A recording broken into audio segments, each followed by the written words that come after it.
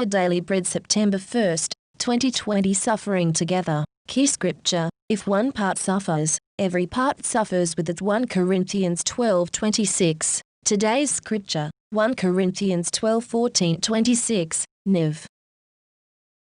14. Even so the body is not made up of one part but of many. 15. Now if the foot should say, because I am not a hand, I do not belong to the body, it would not for that reason stop being part of the body. 16. And if the ear should say, because I am not an eye, I do not belong to the body, it would not for that reason stop being part of the body.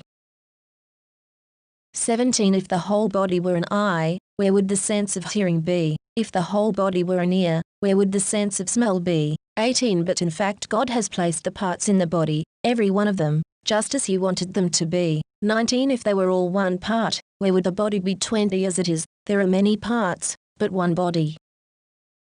21. The eye cannot say to the hand, I don't need you, and the head cannot say to the feet, I don't need you. 22. On the contrary, those parts of the body that seem to be weaker are indispensable. 23. And the parts that we think are less honorable we treat with special honor, and the parts that are unpresentable are treated with special modesty.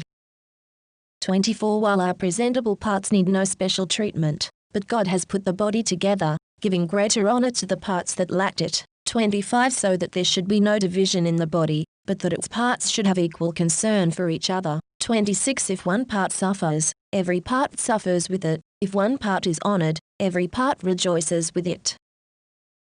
Insight. Our Daily Bread, the 1st of September 2020 devotional. In 1 Corinthians 12:14-26, Paul uses the imagery of the human body as a picture of the family of believers, the church, and Ephesians 1:22-23, the apostle again uses the body to portray the church, but this time with an important addition: Jesus Himself is the head of that body. The illustration that works so beautifully in 1 Corinthians 12 takes on added clarity with the reminder that the body works, moves, and functions under the leadership and guidance of the head.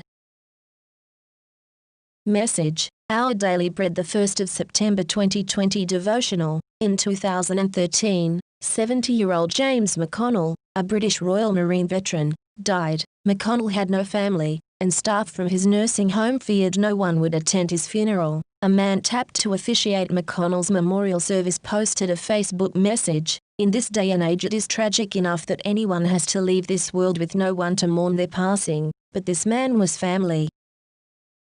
If you can make it to the graveside to pay your respects to a former brother-in-arms, then please try to be there. 200 Royal Marines packed the pews. These British compatriots exhibited a biblical truth: we're tied to one another. The body is not made up of one part, but of many. Paul says, 1 Corinthians 12:14, we're not isolated, just the opposite, we're bound in Jesus. Scripture reveals organic interconnection. If one member suffers, all the members suffer. V26 NASB.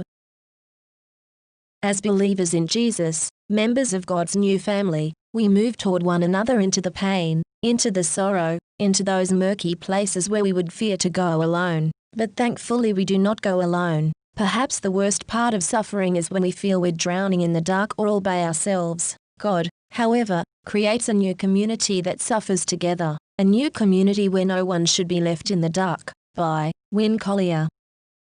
Reflect: when have you felt most alone? How does God's grace, kindness, and friendship help you deal with loneliness? Today's prayer: is it true, God? Have you really placed me in a new community that knows and loves me in my suffering? Help me to believe this. Thanks for reading today's Our Daily Bread, the 1st of September 2020 devotional, Suffering Together. Please share this with other people.